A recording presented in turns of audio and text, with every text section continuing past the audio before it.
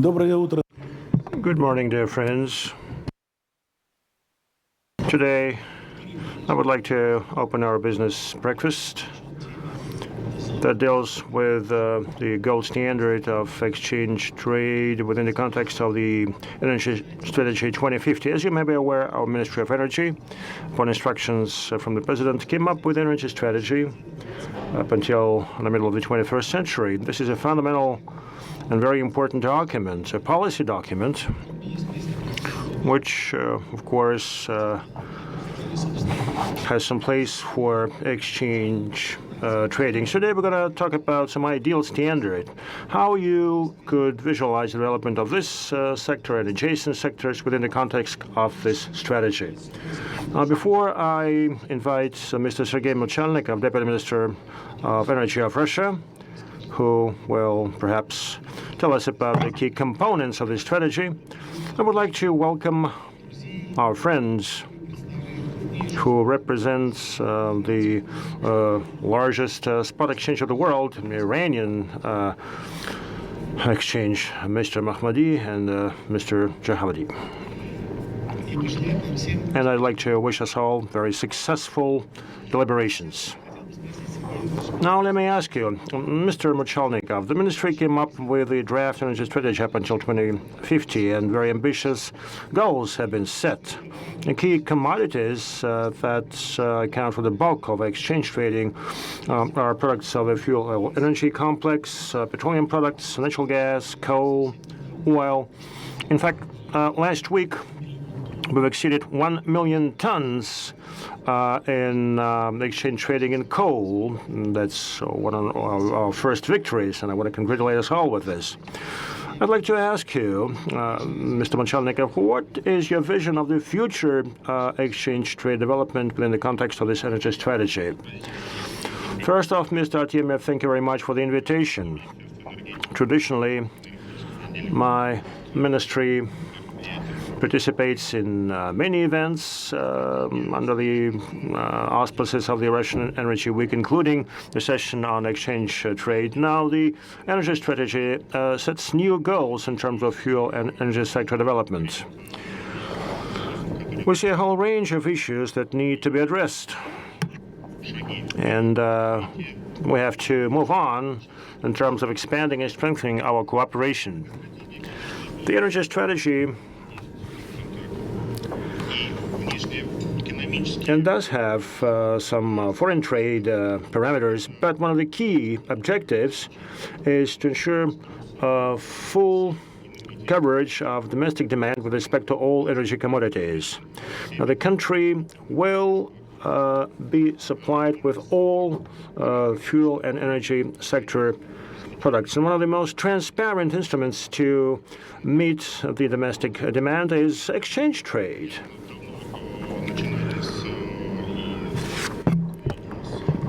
We started with natural gas and petroleum products about a year and a half ago. We included coal. The first 1 million tons of coal were sold faster than the first 1 million tons of petroleum products. That's a very good pace. As regards coal, we use D and DG, the energy grade coal. Now, the coal producers start to engage in exchange trading, and they offer the grades that are different. So there is no limit. I mean, we have to improve our mechanisms. We put our bet on the most widespread grades, but somehow we realized that not these, but other grades of coal are mostly in demand. And now even brown coal is present in your exchange transactions. So we're always open to a dialogue. We have to interact with all the stakeholders. We have to engage with both producers and customers. Now, for coal, natural gas, and other commodities, we have to make all the mechanisms transparent and predictable and easy to use. This applies to all exchange trade mechanisms. And here we should not forget to invite our colleagues from the Russian railroad company. Now, transport sector now faces a number of constraints, and the supply volumes are affected by the throughput capacity. I hope that we will find a solution here, but this is something that has to be addressed right now. So, Mr. Artemyev, we're open to dialogue, and I think we will increase the volumes. The supply is there, the demand is there with respect to exchange trade mechanisms with respect to fuel and energy sector products. Thank you very much, Mr. Mochalnikov. I'd like to stress that exchange trade issues are those where the Ministry of Energy moves one step ahead. Sometimes we're even lagging behind, and we're very appreciative of this. The regulator's position is such that you even prod us to move faster. You urge us to come up with new solutions. We are very, very appreciative of this proactive position. If you don't mind, perhaps I can explain to you what we see as the gold standard under the Energy Strategy 2050. Can I have my presentation put on the screen, please? Yes. Now, Peter the Great, some 300 years ago, started administrative reform in this country, and back then he realized that exchange and fares and spot trading are very important components. Back in 1703, Peter the Great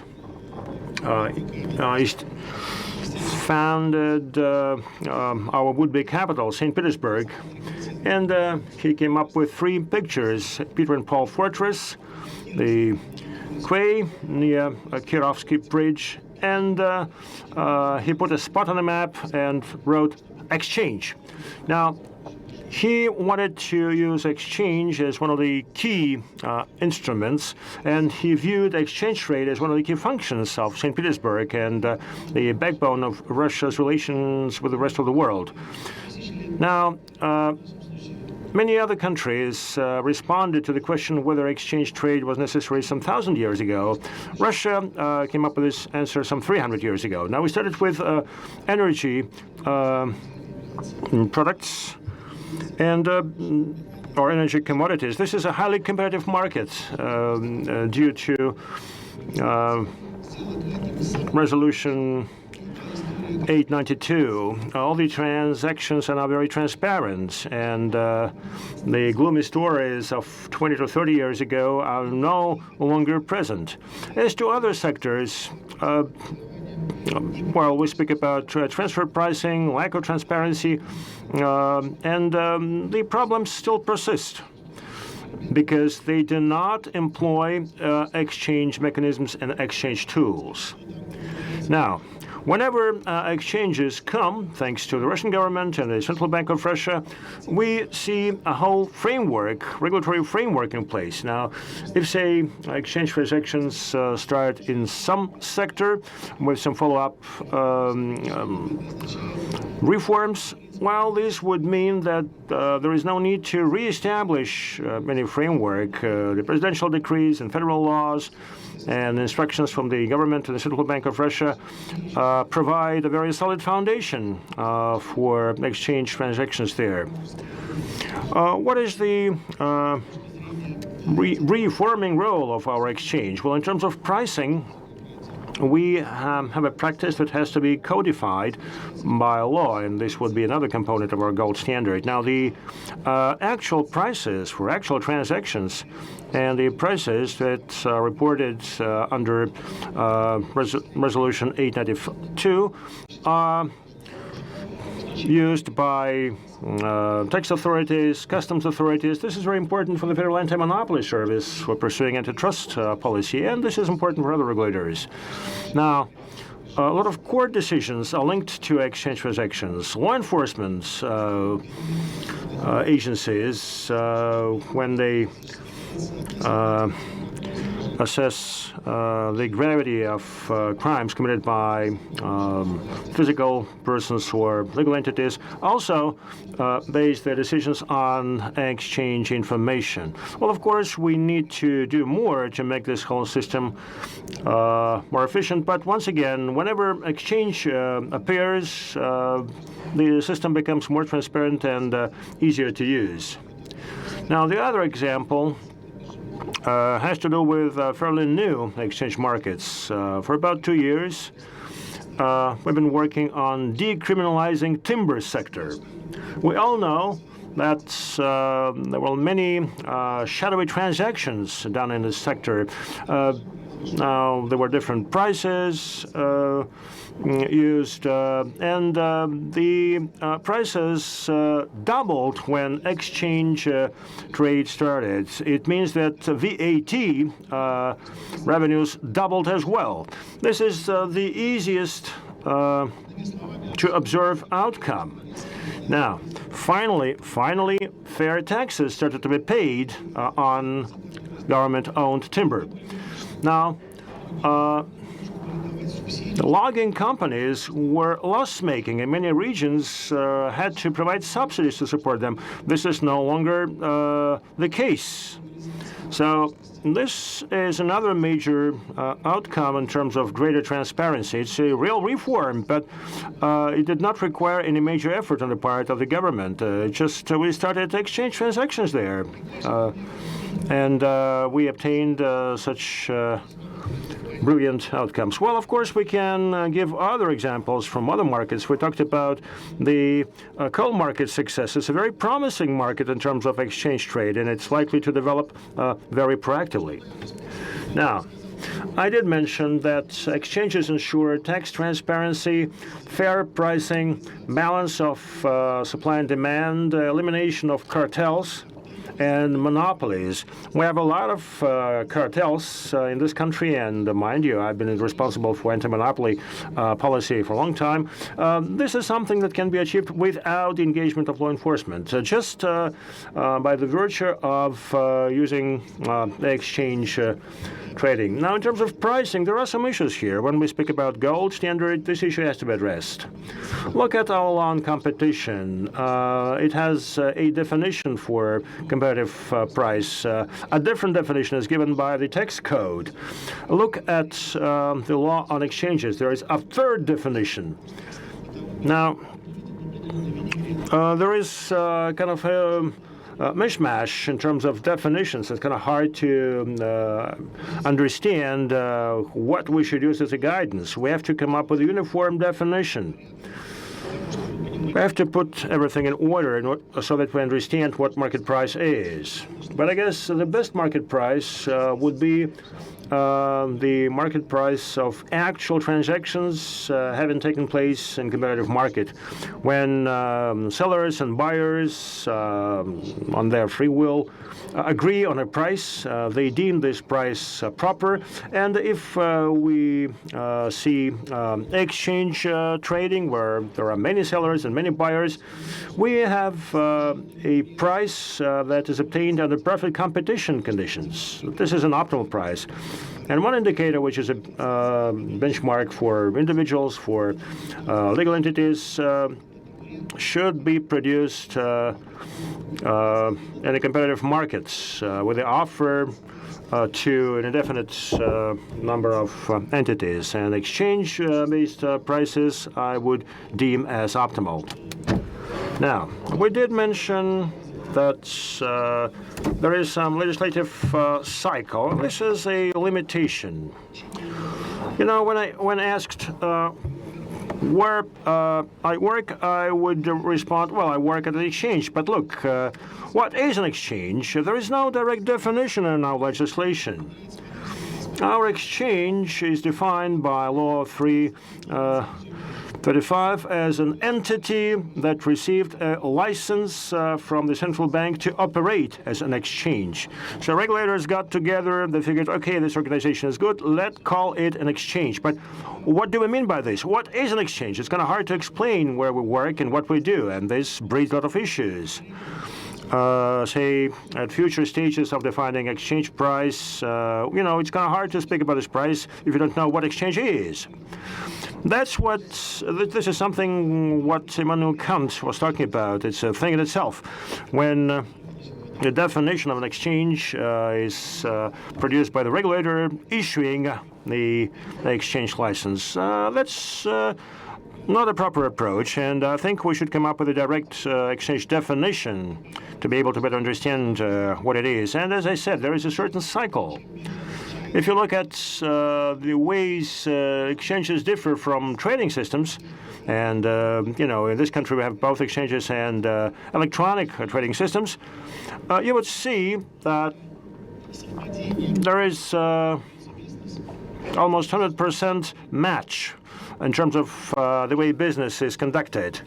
So this is what we call regulatory arbitrage, and we don't like it. We have to separate those notions at various regulation levels, and no matter how we call those levels, all the entities pertaining to this taxon, to this group, should have the same rights and the same obligations.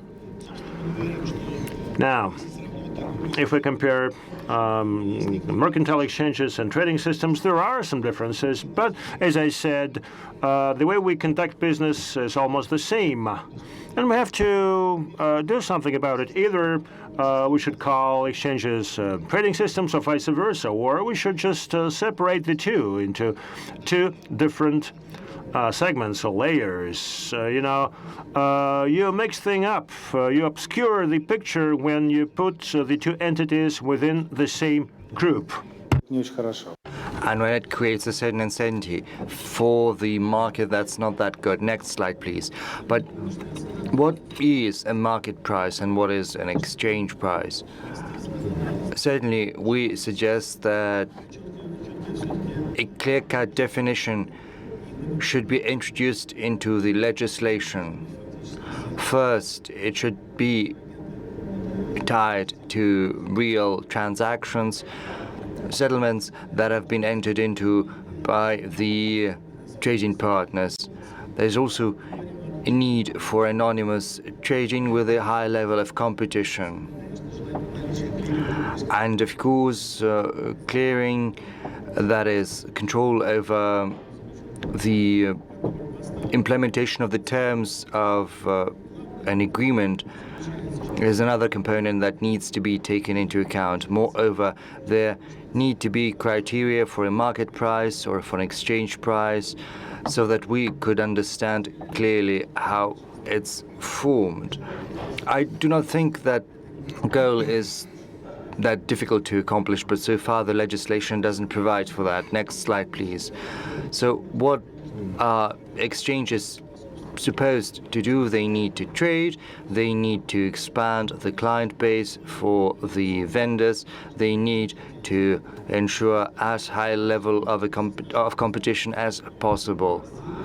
So we need to work together with our international partners to draft international indicators as well as domestic indicators that could help us overcome our dependency on Western indicators, because sometimes it comes up to a paradox when we get indicators from foreign counterparts that are based on nothing, basically, even though these indicators are employed for taxation purposes as well as for other purposes set forth by the legislation. I've already told you that we have more than 50 indicators for the domestic market. We're going to do the same at our exchange for coal, but I think under the influence of regulators, exchanges are capable of drafting large price catalogs, and together with the Chamber of Commerce and other partners, we can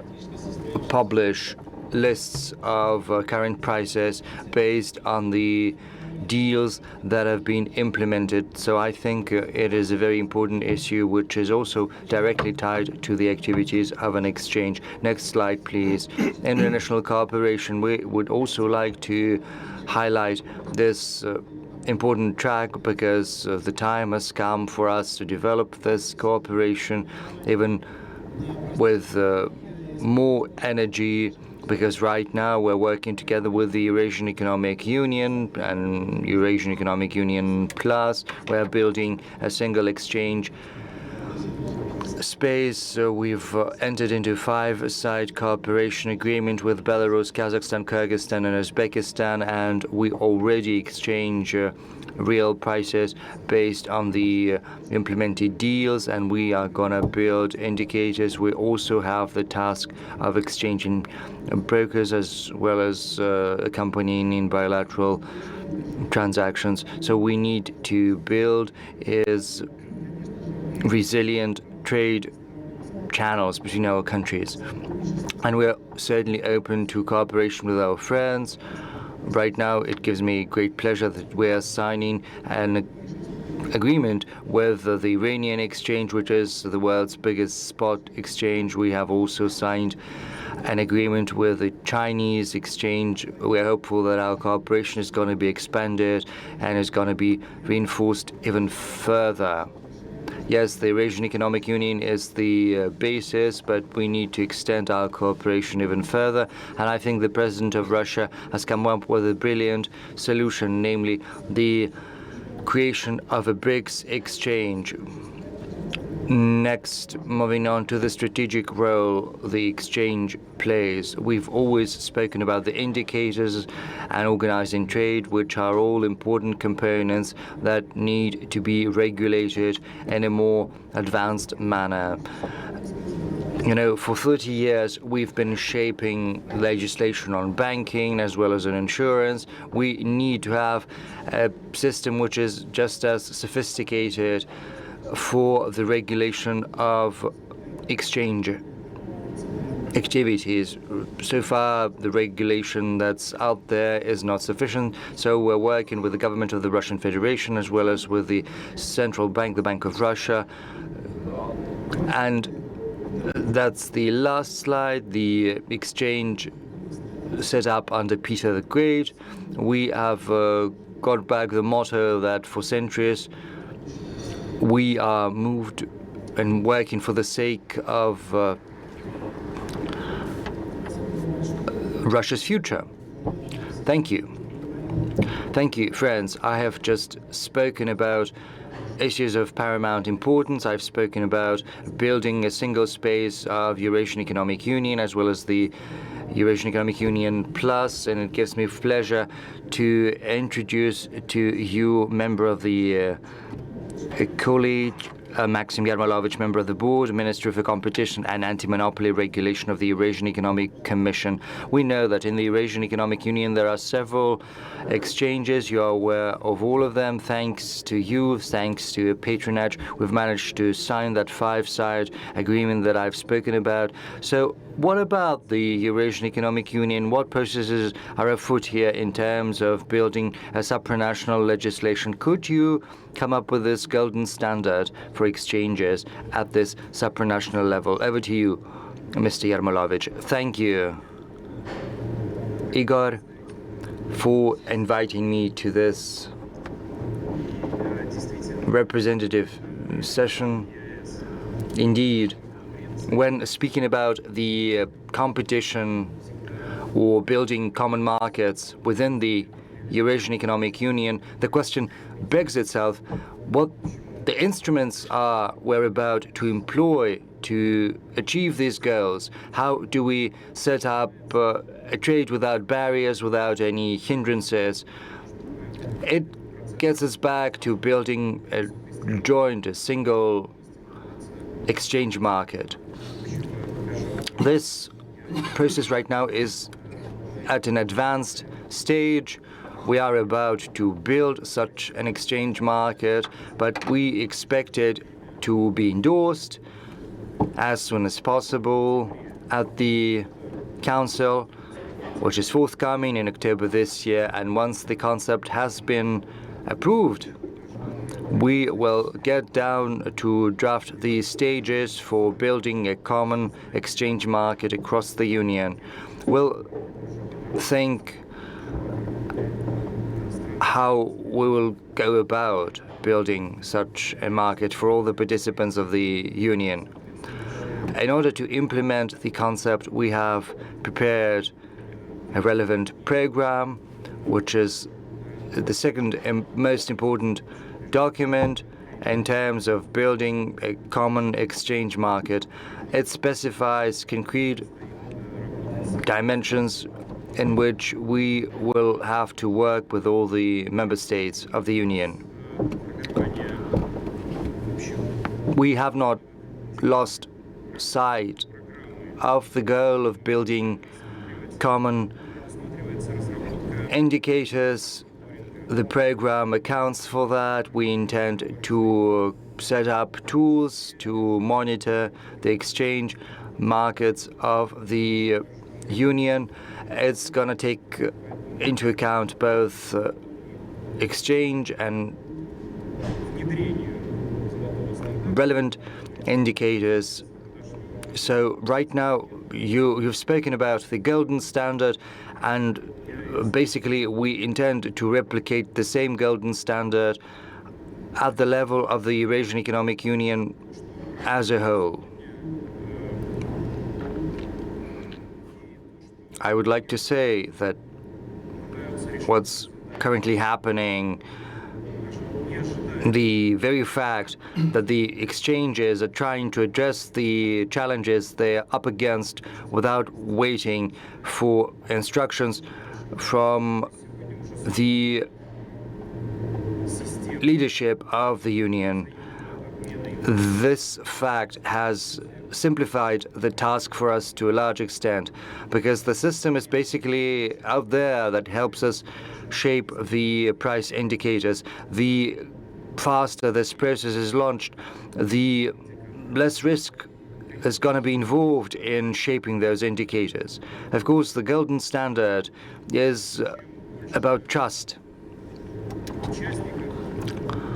The greater the number of trading participants at the Eurasian Economic Union common market, the weightier, the more important the price index is going to be. I'm very glad to hear that we're also going to add energy goods into the mix, because it makes these price indicators more representative. They reflect the real exchange deals with greater clarity and accuracy, and this is something that is going to be employed not just by the tax administrative bodies, but also by the participants of the market. There are, in the market, countries that are mostly energy consumers, and others almost have a monopoly in energy production. So reaching a consensus between these two sides through the exchange market is a tall task, albeit practicable. It can be implemented. So the exchange market of energy markets is going to be independent, and it's going to be regulated through the agreements and deals the countries are going to reach when building a common market for electricity and energy. So far, the process of shaping a common exchange market has been going on for 10 years or so, and yet differences persist. In order to overcome those, we believe we can use this common exchange market. It'll help us shape the common markets. And regardless of how many energy goods are present in that market, the very fact that they're there is going to be important. And as the number of purchases in this market grows, the price indexes are going to get increasingly important, which will entail an increase in the number of trading participants. This will help us gradually transition to a common market for the Union as well as for the common exchange space.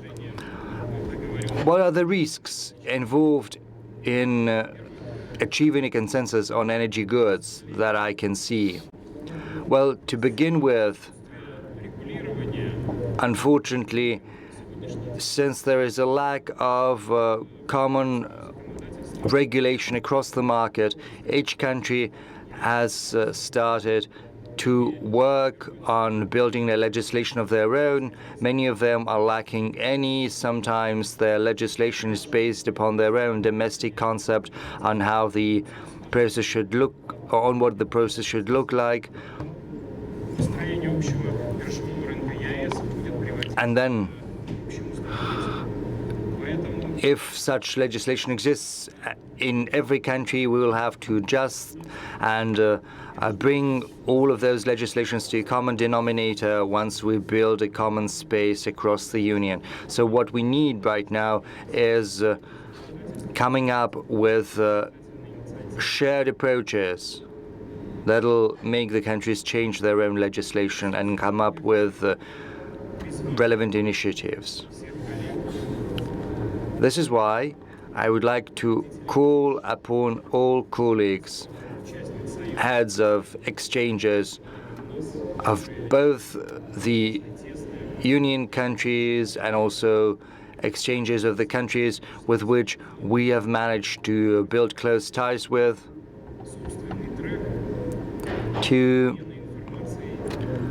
formulate their own tools for information exchange. I would like to call upon you not to hinder such information exchange. I also think it necessary to develop technologies and methodologies for calculating exchange indices. This will spare us many trouble down the road.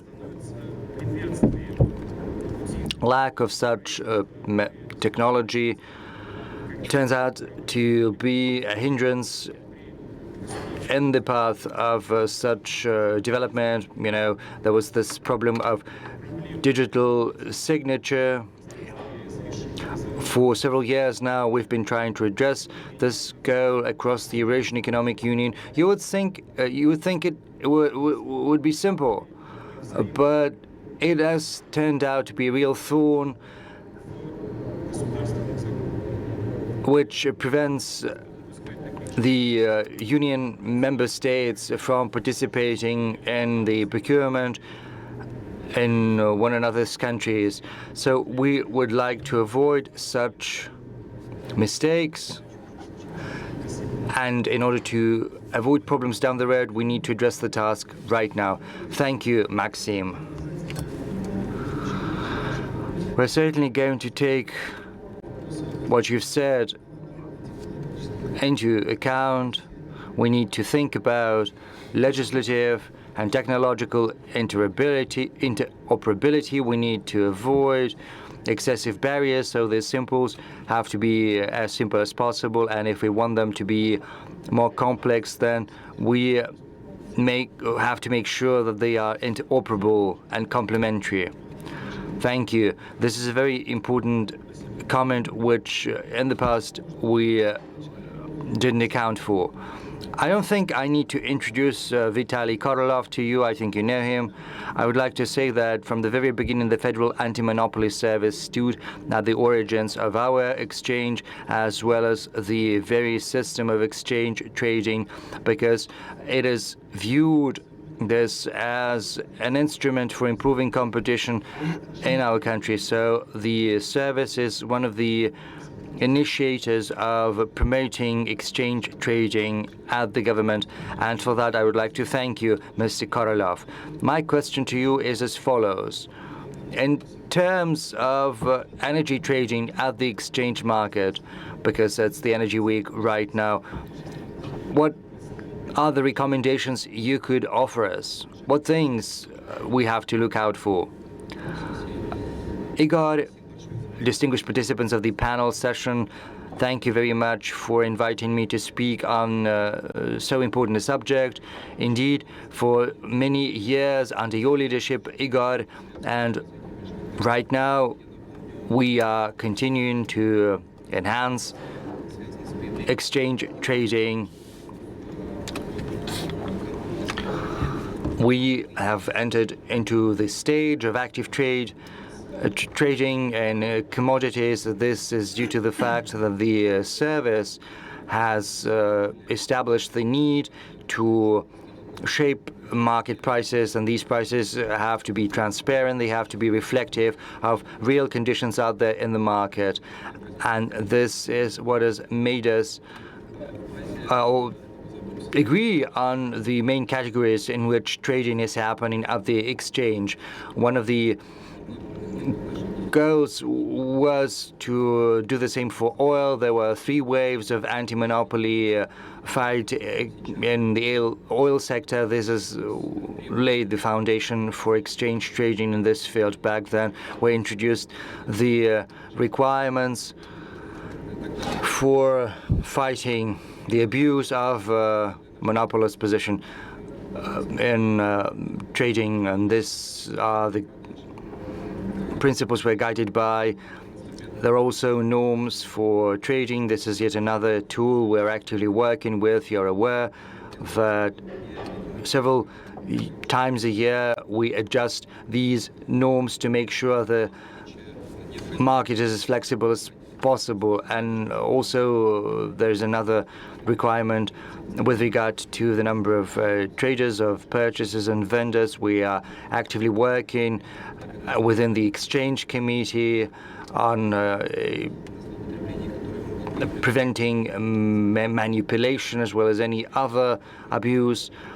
And thanks to this work, we see that exchange trading is helping us ensure transparency in the market, and information coming from there is accurate and transparent and can be used by everyone. Indeed, since 2012 until now, the exchange trading has proved as an effective market mechanism ensuring a balance between supply and demand at commodity markets, and as a component of competition promotion, supporting the use of digital platforms.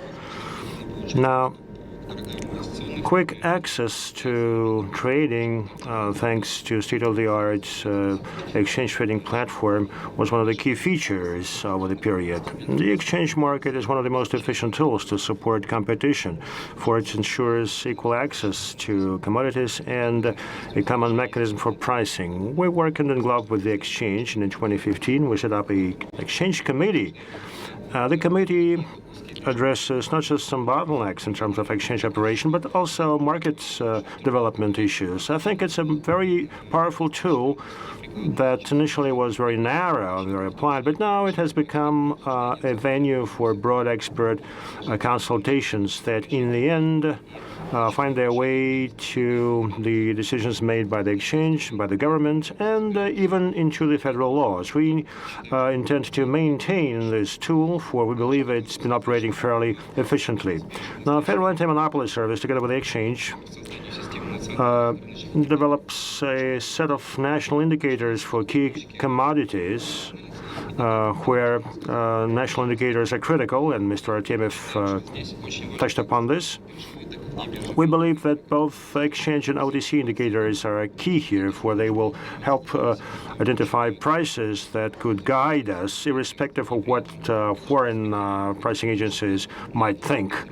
And obviously, we would like our tax legislation to embrace those indicators, because this will help those indicators to meet their actual goals. A list of key commodities has been developed for which such indicators would be produced. And as to gold standards, well, the transactions with petroleum products may serve as such a gold standard. We see some surges, some downfalls there, but as I mentioned on many occasions in my presentations and generally, this is an indication of the healthy market. Okay, the volume is up, the price is down. The volume is down, the price is up. So market indicators and market signals are very clear. If we see some issues with respect to the use of robots, or say when huge volumes of commodities are bought, so when the demand is high, well, the exchange on its own initiative takes some action to ensure that all the market participants have enough quantities so that not everything goes to one single buyer. Now, the petroleum product transactions, as I said, could be regarded as a benchmark or as gold standard. Now, we also trade in coal, and as of the end of September, we observed more than 1 million tons of coal sold at exchange. Mind you, exchange started its work only recently, and the first exchange trading in coal happened here. Despite all the challenges, Spamex succeeded, and I would like to wish you every success, Mr. Artemyev, so that you develop exchange trading and our cooperation gets stronger. Thank you very much indeed. Thank you, Vitaly. Thank you personally, and thank to the Federal Anti-Monopoly Service. We benefit from your support in all the areas, including in terms of competition promotion and market economy development. Thank you. Now I'd like to recognize our distinguished legislator, Mr. Pavel Zavalny, First Deputy Chair of the State Duma Committee on Energy. Look, we're lucky because our legislators are people who are fairly cognizant of all the processes happening in this sector. Sometimes they know those processes better than we do, and this helps improve our legislation. This is a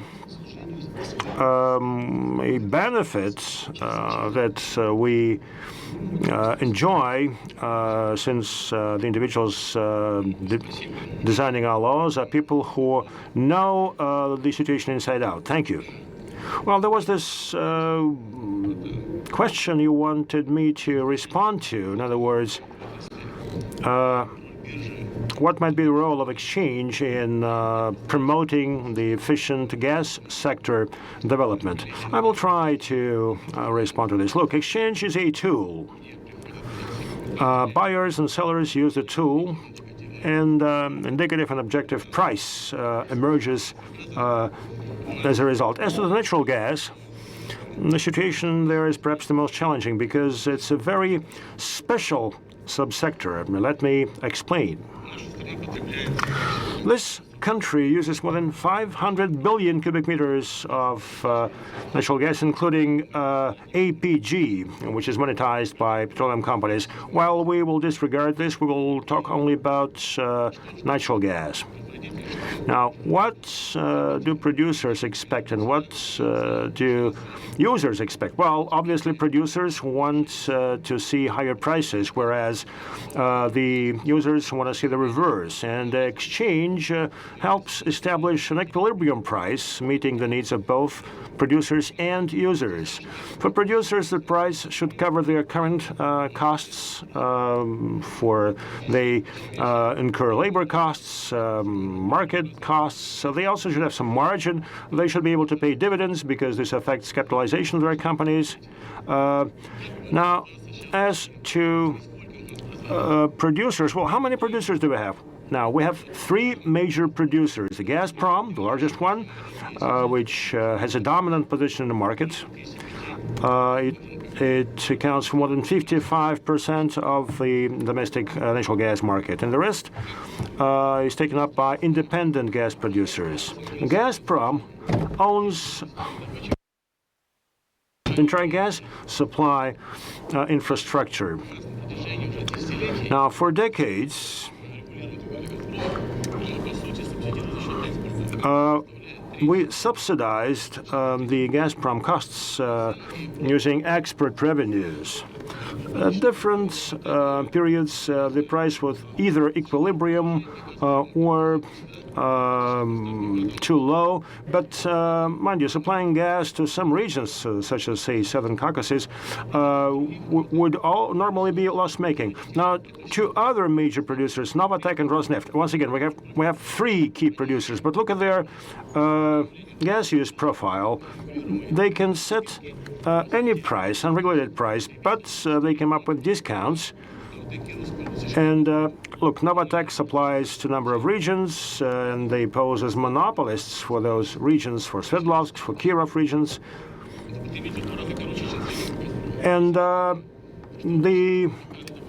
they have to deliver gas over half the distance that Gazprom has. And this affects profitability, obviously, profitability of Gazprom. And the margin for Novatek under such circumstances was some 20% higher compared to what Gazprom could command. Now, these two companies tend to buy Gazprom's gas when they're unable to meet their contractual obligations. Now, there is a market concentration evaluation index, according to which we have to have at least 5 suppliers, but we only have 3. And Gazprom wants the gas price to be higher. Well, the export volumes declined by 120, 140 BCM, but the thing is that the constant costs are irrespective of the gas volume transported. You have to incur these costs, no matter what you do. You have to cover those costs, and in fact, it is the domestic consumers that have to pay for that. Now, despite all these issues, Gazprom sells gas in the domestic market below the cost of production. Obviously, Gazprom cannot have a lower price, whereas the exchange is keen to slash the price. In December, the decision was made to change the pricing for consumers. A lot depends on where your consumer is located, and this also applies to natural gas used for electricity generation. Any gas price fluctuation would result in the change of electricity cost, and this obviously affects inflation rates, growth rate, and so on. Now, if you recall, there were some decisions made last December to address this, and as a result, Gazprom cannot increase prices for electricity producers, and they, in turn, cannot increase tariffs for the population at large. So this leaves us with the manufacturing sector, transport, and construction, but only those companies there that are export-oriented.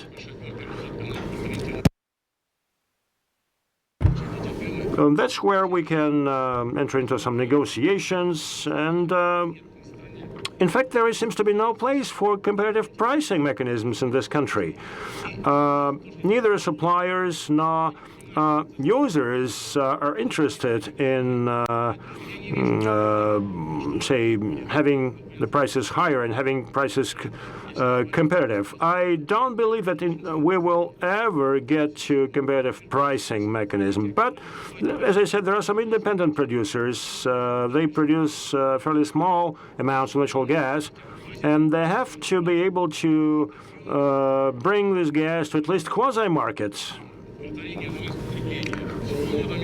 There are some seasonal fluctuations in terms of gas demand, and these could be covered or smoothed thanks to the actions of such independent producers. And this is where exchange comes to the fore. This is where it could play a most important role. Dramatic and drastic natural gas market reforms are unlikely, yet exchange plays a most important role here. And I regard the exchange as your charcoal in the bonfire, which has been almost extinguished. So this is a charcoal that is still smoldering, and it will can help restart the fire. Yet, exchange mechanisms have to be improved, and more participants have to be involved in these processes. In early October, we will host the St. Petersburg International Gas Forum. We will have a panel discussion there on comparative pricing and exchange trading. The session will be attended by all the stakeholders, Gazprom, gas producers, and this will be a discussion on how to promote such competitive pricing using exchange trading, so you're all invited. Thank you very much indeed, Mr. Zavalny. I understand that it's next to impossible to squeeze the discussion on this topic within 5 minutes, yet you've managed to come up with a comprehensive analysis of the gas market in this country.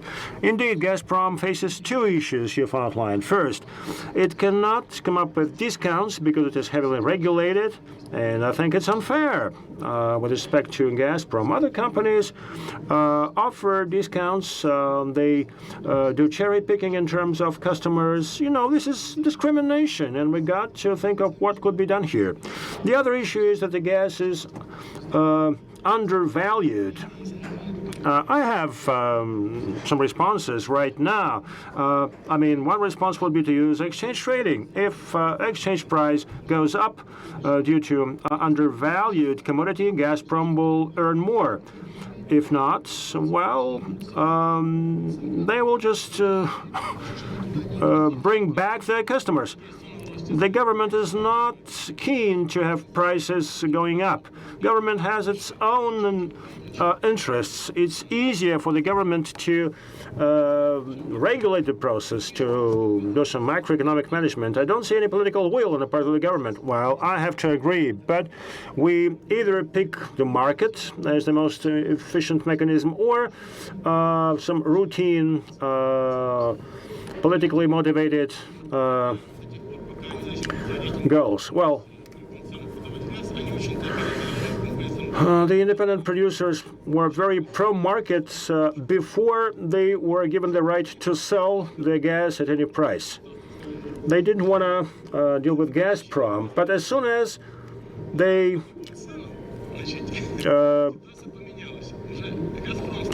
could command any price, the Gazprom then started to be more pro-market.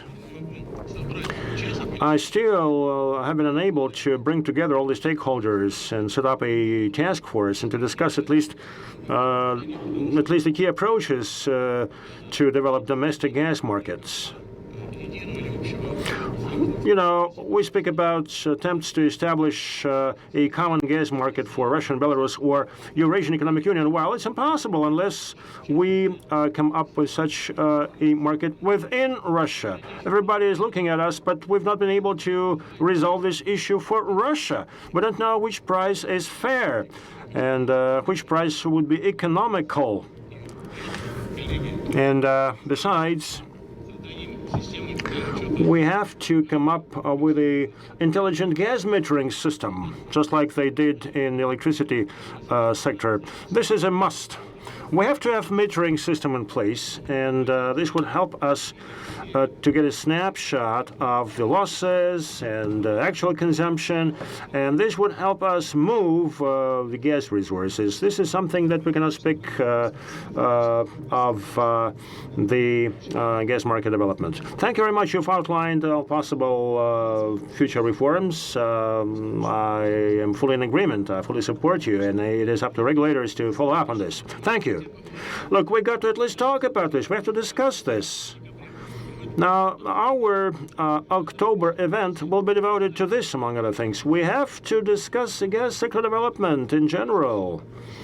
For gas is the backbone of this economy, along with oil. So people should be aware of possible solutions. Unfortunately, we do not have a lot of venues. We haven't had sufficient number of discussions on this issue. Thank you, indeed. This issue seems to be under-discussed. Now, I'd like to invite Mr. Mikhail Arakielyan, head of the Trading Clearing Infrastructure Departments of the Financial Markets Infrastructure Bank of Russia. Well, the Bank of Russia is the toughest regulator for us.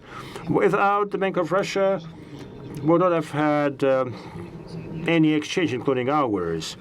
And the fact that we're able to operate now is thanks to the recent reforms and new regulatory framework for the exchange, foreign exchange markets and commodities market, and we always appreciate our cooperation. However, we also mentioned some ideas as to how our exchange legislation should be amended. Perhaps you could share with us your thoughts on this, Mr. Arakielyan.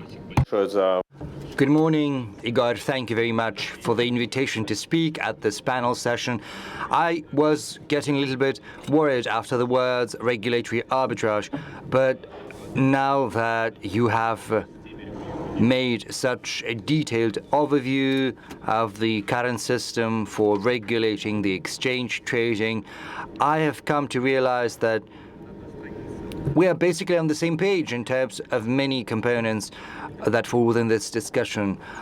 That said, there are certain points I would like to highlight in terms of what can be worrying to us in view of the forthcoming changes. I would also like to speak about what's important for our common market. The thing is, we've got 7 exchanges, and all of them are focusing their efforts on commodities markets. So this is something we are having a very close look at. And the legislation as well as the regulatory framework of the Bank of Russia are based upon uniform requirements for everyone. It helps us standardize the requirements. It allows us to implement the best practices in organizing exchange trade. If you don't mind, I would like to show you my presentation. It's very short, just a couple of slides. At the beginning of our discussion, Sergei has mentioned something which I believe to be very important when he spoke about the oil and the coal market. Each of these markets is adjusted and balanced in a unique way. In terms of gas, for instance, a unique exchange infrastructure has been set up. There is the delivery operator who is capable of accounting for all the gas that is being transported through the system. This is a very fine adjustment which is based on clearing rules and regulations. There are very complex procedures in place for that. But we need to understand something. If we try to elevate these fine-tuning mechanisms to the level of legislation, then we might run out into a problem. Say, there is a new market, say the coal market, and it needs a fine-tuning of its own, but that's a little bit different. But if it were at the level of legislation, then we would be locked in. And if it's still at the level of rules, then you can fine-tune it and adjust it on the go if the need arises. Now, right now, a couple of words about the entities. There are the exchanges and there are the trading systems. This is something you have spoken about. We have a commodity trading system initiative. This is due to the fact that the world is not standing idle. The e-procedures for trading are evolving. We have analyzed the practice in holding commercial trading I mean trading that is not related to Federal Law 223 or government procurement. These are commercial tenders which are organized at the request of economic operators. It can refer to metals, chemicals, construction, and the volume of such trading is quite high. And in terms of their principles, they are very close, reminding us of what can happen within the framework of the transparent procedure of trading at an exchange. If we look at the structure of the exchange spot market that has reached a very significant volume, you'll see that the structure by 87% is accounted for by oil products. But there are possibilities to improve the volume of trading in other types of goods.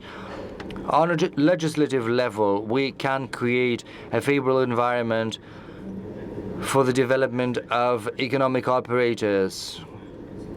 In a simplified form, they could use these new electronic procedures based on the new rules, which would help us attract new categories of goods to the exchange.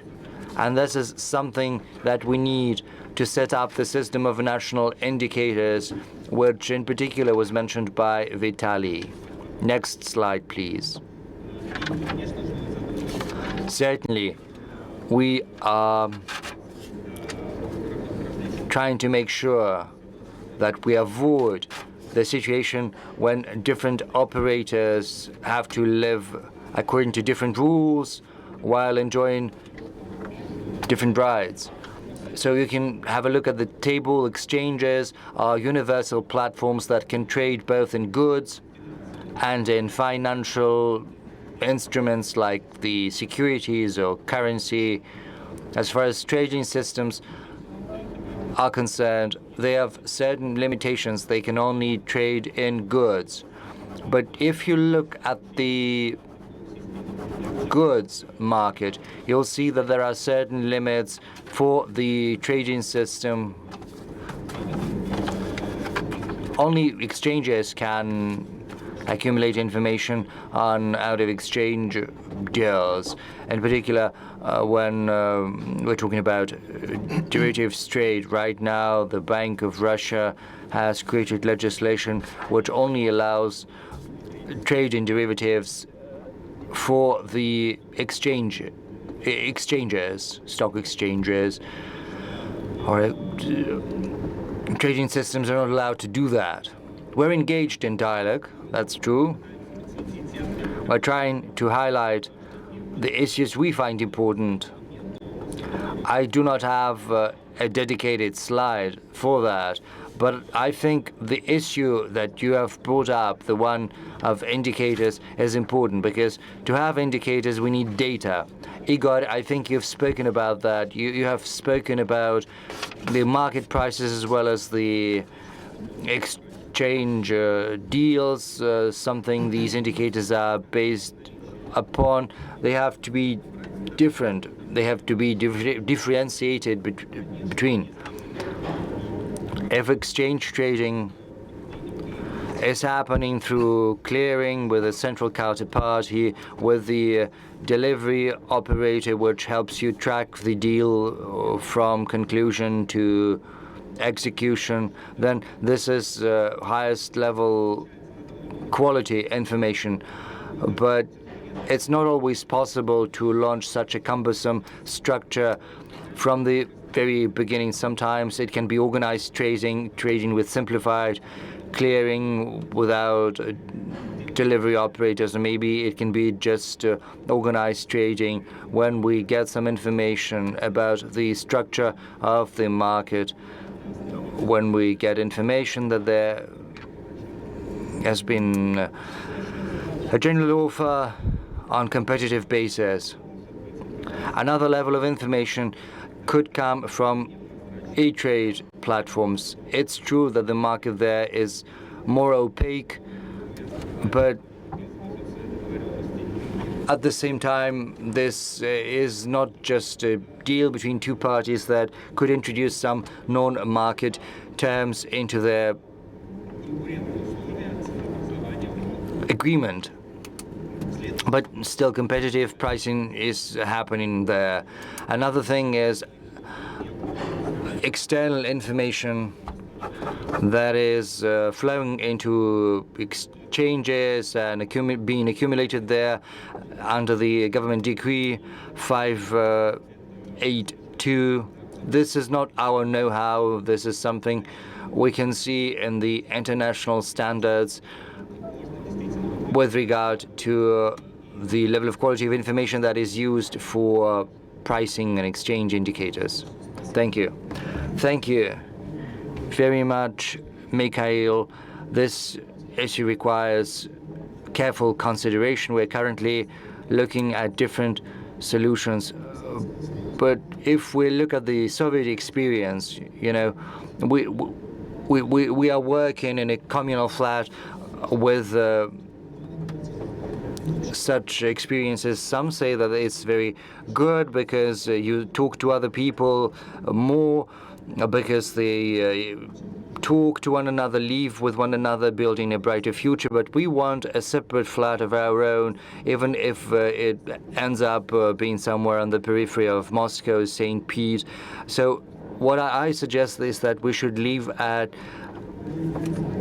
separate flats, separate levels of regulation. I understand what you're saying about different types of indicators, but what we fail to understand is why it prevents the Bank of Russia from providing our own residents to us. So far, we fail to understand that, with all due respect, but we're aware that you and your distinguished colleagues hear us.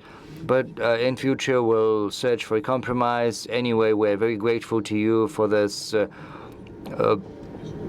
good, benevolent dialogue we're having with you. Thank you very much for your comments. Certainly, we're open to continuing our discussions. Next, it gives me pleasure to give the floor to Mr. Zakrevsky, Director of Department of Energy at the Eurasian Economic Commission. We are certainly interested in what you've got to say about the subjects that we've brought up together. Thank you very much, Igor. There's a lot I would like to share with you, but I'll try to be brief. The Eurasian Economic Union has been instructed by the leaders to build common energy markets, the electricity market, the gas market, as well as the oil products market. And this is the job that we've been doing on a systemic basis, and we've got all the necessary documents for that back in 2018, 2019.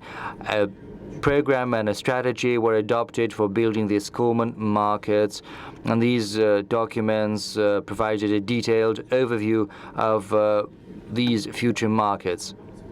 This model implies vertically integrated systems that continue to operate in several countries. It also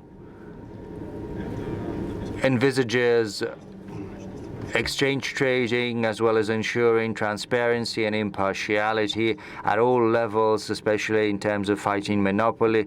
These principles are underlying the documents that have been developed, and I think these documents should be adopted. That said, over the last 12 months, we have been working actively on reaching an agreement on these documents on an intergovernmental basis. These documents include the trading rules. And these trading rules also include rules for exchange trading. And this is the topic we're discussing today at this forum. In terms of energy, we have almost fully completed the legislation, all the norms on the rules and regulations, a package of documents which will allow us to enter full-blown trade, exchange trading in particular, based on term-based contracts and bilateral contracts in particular. Right now, we need to determine the operators across the markets as well as the ascertain the level of readiness of infrastructure. We have made most headway in electricity. We've identified the trading platforms. All countries have them: Belarus, Kazakhstan, Russia. They have all sent in their proposals, and the Council of the Commission has endorsed those platforms. Right now, they can prepare their infrastructure for this trading. As far as the oil and gas market go, a whole different model is being built, but we're running the risk of ending up with the old model of one purchaser, one vendor. Why? Pavel has already explained that to a certain extent. But our position is clear-cut. We need to build a common market. This is the instruction that we have got from the leaders. We do not have the instruction to simplify the market or to say that we have to replicate the model of one of the member states on a supranational basis. But so far, we're failing to do everything that we've set out to do, and this is a source of constant concern to me.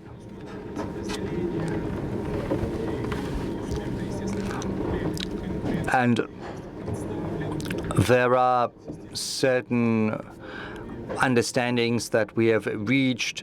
The operators are there. They have been identified. The rules are also being formulated. We have also determined the end operator. The rules have been prepared, and I'm confident that this market is going to work as designed, and it's going to be a full-fledged market, and there's also going to be a day-ahead market.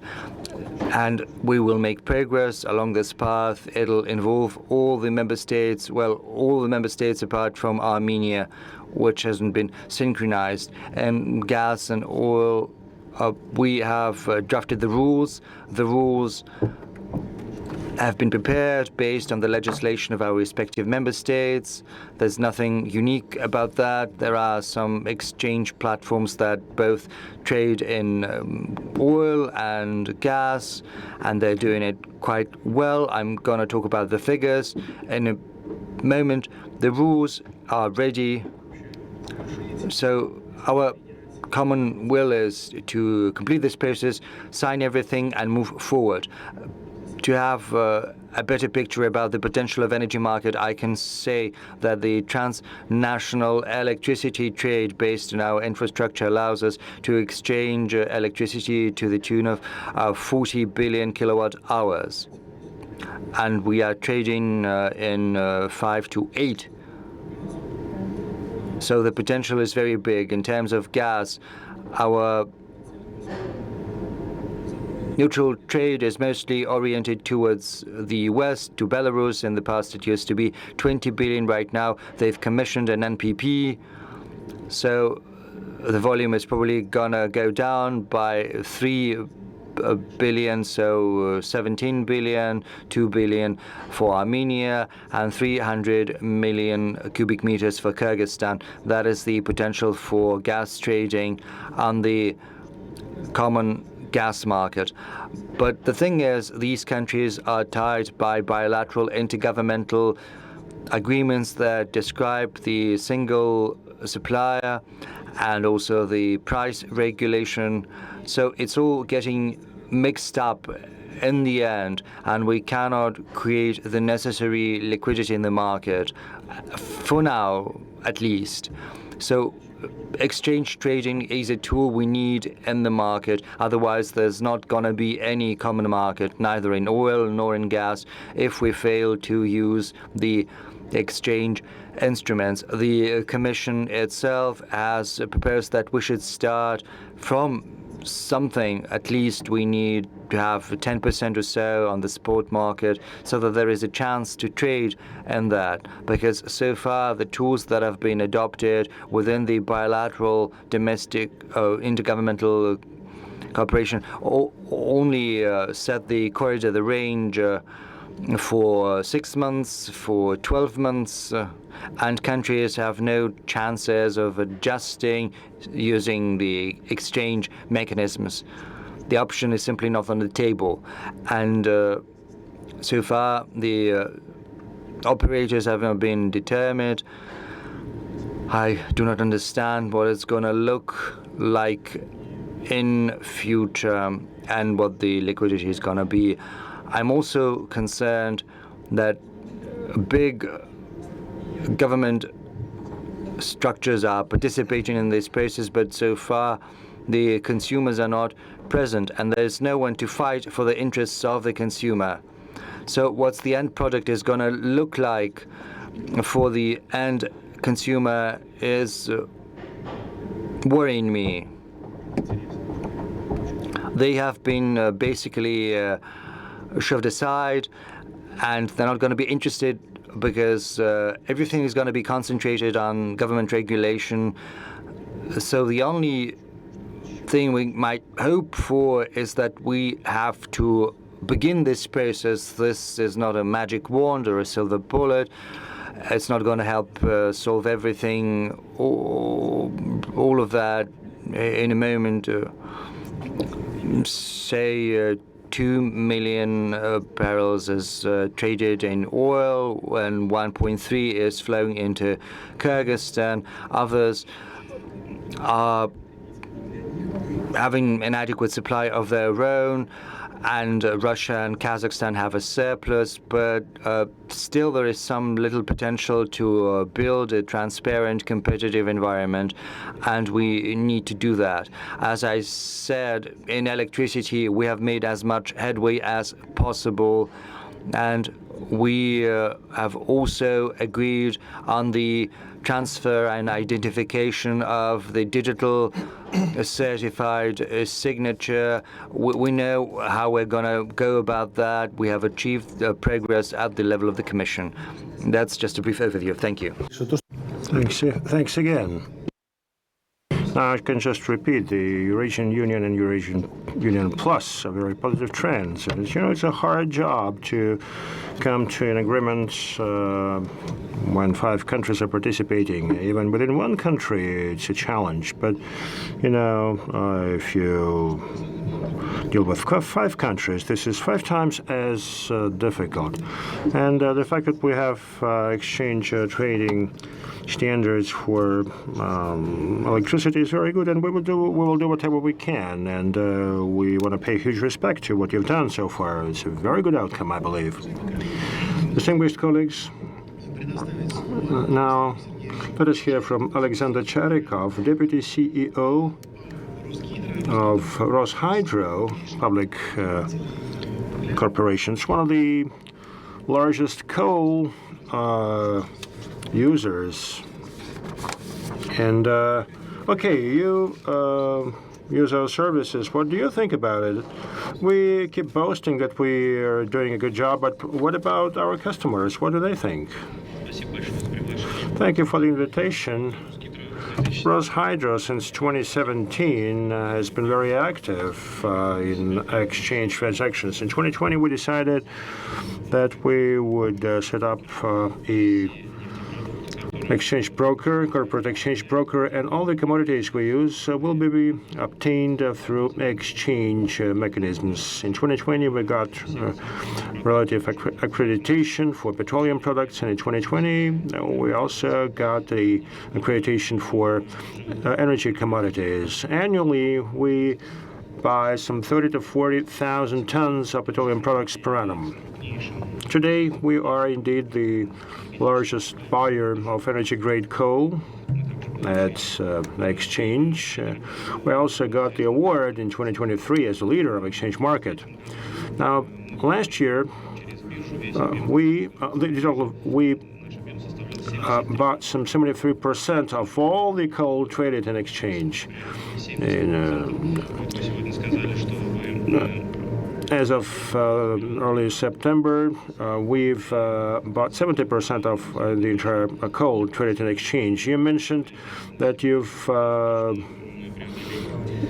performed transactions for 1 million tons of coal. That's the bar we gonna reach next year, according to our target. Now, we are a proactive OTC market participant.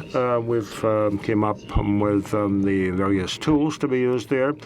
And this year, for the first time, we came up with a new way to deliver coal using road transport. It's a novelty to us. We are a company where the state has a stake, and we provide electricity and heat, and we use preset tariffs and prices. And obviously, we would like to see exchange prices for coal indicators. For these indicators, we believe are to be used to set prices for electricity and heat. And I think such indicators, when setting prices, should be considered by the Federal Anti-Monopoly Service, and the service should not ask any questions. And it's kind of a guarantee for the entire market to be efficient. We talked a lot about trust, about transparency, about price indicators, and as your exchange developed, there were some ideas as to how to improve it, and we also would like to come up with some suggestions as an active exchange transactions participants. We would like to see information more transparent, more disclosure of this information. For this would make the outcomes of your transactions more credible. This would eliminate these transactions from calculations of exchange indicators, and this could also eliminate possible manipulations. Second, we as a company with a government stake have to include all our costs into our price. Now, we wanted to come up with an idea of how to change the pricing procedure. For instance, now the buyer has to come up with a contract security of 5%. Besides, we are to pay for the entire lot. Now, the amounts are huge, 1 million tons for coal alone this year. And for the 65 transactions we've had, on average, we had to come up with the money that sit there for 28 days on average, and the money could not be used to support our regular operations. And besides, we pay the interest to the bank, but we will definitely include this into our price. But is it worth it? And the third idea, we all know that there are some challenges in terms of delivering cargo over a Trans-Siberian Railroad. Perhaps we could think of giving priority to the coal purchased through exchange when moving coal along the rail. Well, thank you very much. Thank you for working with us. As to indicators, the Bank of Russia, when approving the methodologies for assessing transactions, has been very professional, so everything seems to be fine, and this is where the regulator assumes a very tough stance. If we were to do something wrong, we would have been punished. Now, as to your losses in terms of prepayment with the refinancing rate of 19%, yeah, I do agree. Perhaps we should be more flexible as to how to address this. So this fuels the inflation spiral in the end. As to your other ideas, well, I can only agree to them, and we would be happy to sit together with you, set up a working group, and address these. Now, as to rail, well, we signed an agreement with the Russian Railroad Company, and before the end of the year, we will employ the commodity supply operator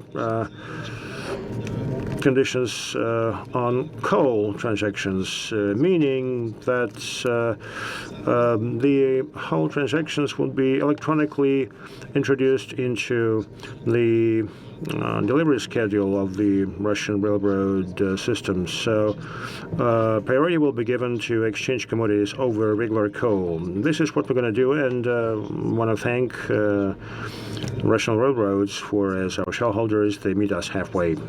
Thank you for your comments. We'll try to take them into consideration.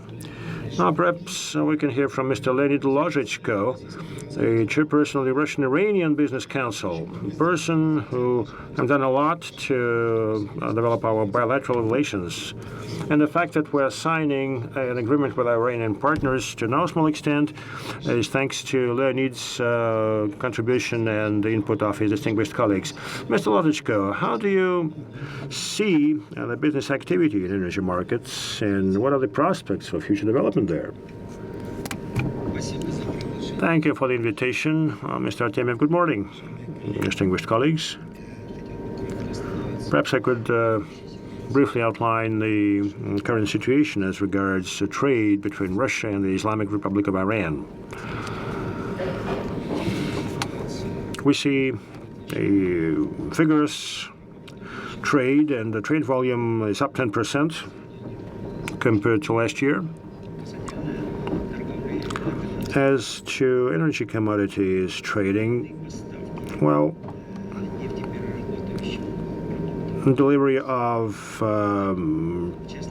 petroleum products resumed to the northern parts of Iran, that is diesel fuel and coking coal for metallurgy plants in Iran. Iranian market is huge with respect to such commodities.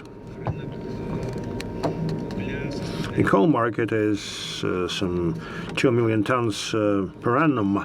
Iran purchases coal from other countries, such as Australia, and we urge Russian companies to participate in this trade.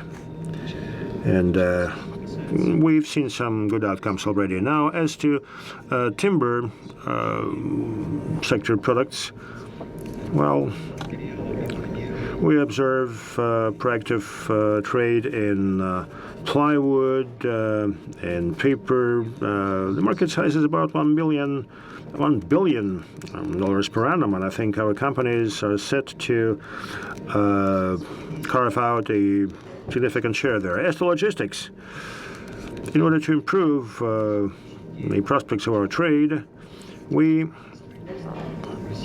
participate in the North-South Corridor development project.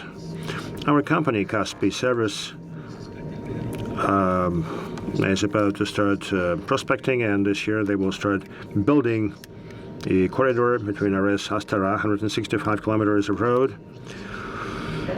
For this would allow to carry some 15 million tons of cargo using two-gauge rail. Now, we are done with the first stage of building a freight route from Azerbaijan to the southern seaports of Iran. A VTB project office is responsible for this. Now, the second stage of the project will be presented at the BRICS summit when the two presidents will be present, and we plan to use a concession mechanism in order to complete this route. This would allow some 15 million tons of cargo being brought seamlessly. It will take like 72 hours from the border of Azerbaijan down to the southern seaports of Iran. It's a modern transmodal route, and it is likely to increase the trade volume and the transit volume. In May, we tested the routes, and we brought coking coal to India via Iran. Well, there were some glitches, of course, but it's another promising project. It has to do with the eastern part of the north-south corridor. We mostly do settlements in national currencies. Some 80% of settlements in the trade balance are covered by Russian ruble and Iranian rial. We started to test clearing operations, and this is where we see huge prospects, huge potential, but there are some constraints posed by the Iranian legislation, multiple exchange rates that also affect such transactions. Now, we're trying to come up with a special exchange rate for clearing transactions, and the Central Bank of Iran is ready to embrace this. We're in active negotiations on this. As to prospects, the trade volume we observe now could be increased manifold, provided we implement all our initiatives. Thank you very much. Thank you very much. From our side, we see huge potential in terms of strengthening cooperation between our two mercantile exchanges, St. Petersburg and Iranian exchanges. These trading channels will help dramatically increase our trade volume. But of course, we have to improve logistics. It's a must. You are absolutely correct. But we're pretty optimistic about this. And perhaps we could have a separate meeting with you and discuss all the relevant issues. Thanks again. And now I'd like to invite Mr. Yevgeny Mozhayev, Deputy CEO of the Federal TechTorg e-trading platform. In order to manage price indicators, we have to ensure quality and harmonization of commodities lists. Could you please share with us what you do in this respect? Thank you. Back at school, we were taught that in order to do some calculations, you have to bring everything to a common denominator. You know, this is the fundamentals for any indices development or any other operation, and that's what we do. Today, I'm happy to report that we keep a catalog of goods and services offered by the Chuvash Republic with respect to public procurement under Federal Law 44. We've harmonized two huge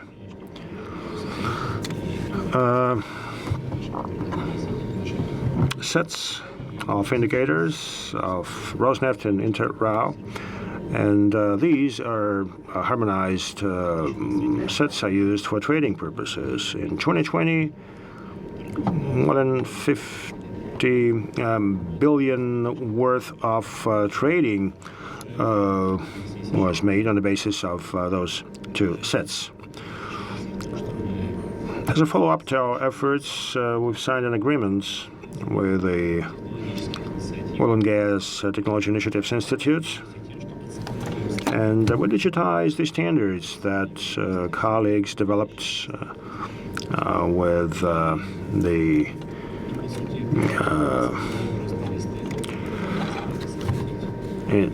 institute stakeholders. We're talking questionnaires that might help further develop indices. This is about the various valves and cables. The items are those that are mostly in demand, and we deal with the procurement participants that use such standards leading on our platform. So this is what we do. This is a very practical kind of work, and I believe this can guarantee that we meet this gold standard that is being shaped, that will be used. And this will serve as a solid foundation for the development of price indicators. Thank you. Thanks a lot.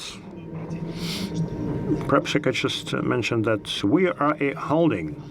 You know, there is this exchange per se. We have a RDK clearing bank, which is 100% affiliate, and an electronic platform that is eligible to participate in government orders. Now, you explained what you do. Now, they come up with a catalog for the Russian fuel and energy sector.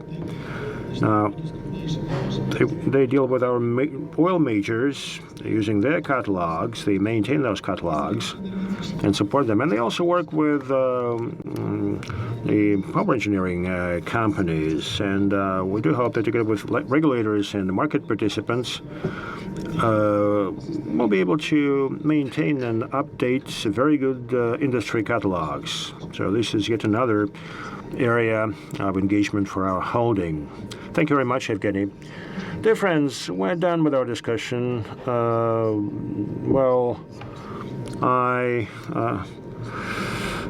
decided not to come up with a wrap-up presentation for I commented on every single presentation. I'd like to thank you all, but the sheer depth of the issues requires better understanding, because we heard from perhaps the best professionals in the field. If somebody of you failed to understand something, feel free to ask questions. We will provide this opportunity for you. But I think we managed to cover and address all the key issues, all the key topics, and they've been outlined fairly clearly in terms of our strategy. Now, while you are getting ready with your questions, I'd like to once again invite Mr. Mochalnikov to perform a very pleasant function, that is awarding the winners. Sergei, why don't you proceed to the award point?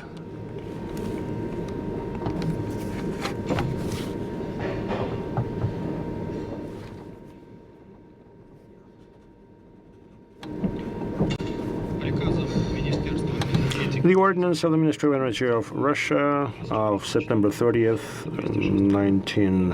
2024 on awarding the staff of St. Petersburg International Mercantile Exchange for tremendous contribution into the development of the fuel energy sector and long industrious work. The award goes to Mr. Alexander Pavlov, Managing Director, Head of the International Cooperation Department.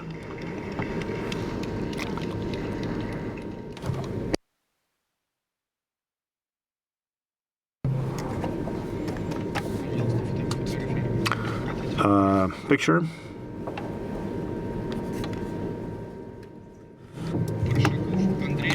Andrei Parshakov, head of the Gas Exchange Trading Division.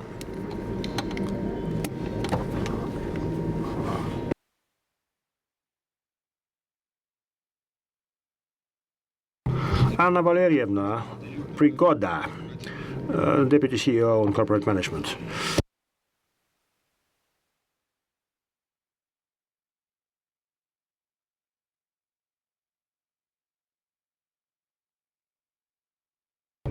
Congratulations, congratulations. Thank you very much indeed.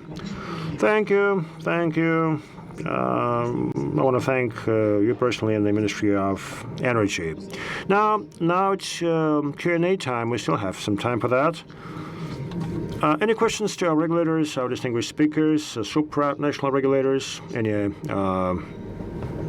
questions? Or perhaps you want to clarify something?